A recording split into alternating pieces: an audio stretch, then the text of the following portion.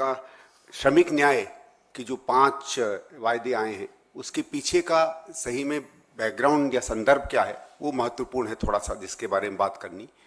और 10 साल नरेंद्र मोदी जी की सरकार ने अगर कहीं सबसे कम उसके सरकार का प्रभाव रहा है, बल्कि उल्टा प्रभाव रहा है, ऐसा प्रभाव रहा है जिसने लोगों की हालत और बिगाड़ी है, तो वो वहाँ रहा है जहाँ हमारे खेतीहर मजदूर और श्रमिक काम करते रहे हैं इस देश में।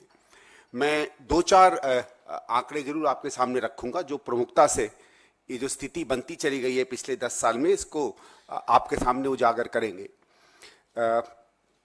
कई वर्षों से, बल्कि 50-60 साल से, विशेषकर 1991 के बाद से जो एक बड़ी चीज हमारी अर्थव्यवस्था में होती थी वो ये थी कि धीरे धीरे उद्योगों में और सर्विस क्षेत्र में एम्प्लॉयमेंट या रोजगार बढ़ता चला जाता था, जीडीपी बढ़ता चला जाता था। और जो किसी भी एक विकसित देश की निशानी होती है कि कृषि पर रोजगार की निर्भरता, आदमी कितना काम करते हैं उनका संख्या लगातार कम होती चली जाती है।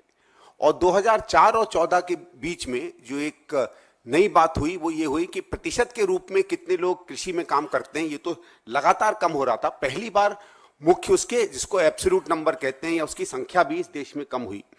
और ये इस बात की निशानी थी कि जो स्ट्रक्चरल चेंज कहा जाता है कि मूलभूत परिवर्तन जो हमारी अर्थव्यवस्था में होगा, उसकी एक ही बहुत बड़ी निशानी थी।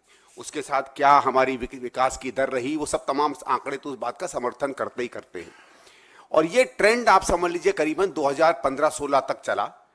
उसके बाद से जो एक चीज ऐसी हुई है जो शायद किसी और दुनिया की अर्थव्यवस्था में आज तक नहीं देखी गई है, और वो जितने भी दावे हमारी सरकार और उसकी अर्थव्यवस्था के और उसका अर्थनीति के विशेषज्ञ करते हैं, उनकी तमाम दलीलों की बिल्कुल विपरीत पड़ती है।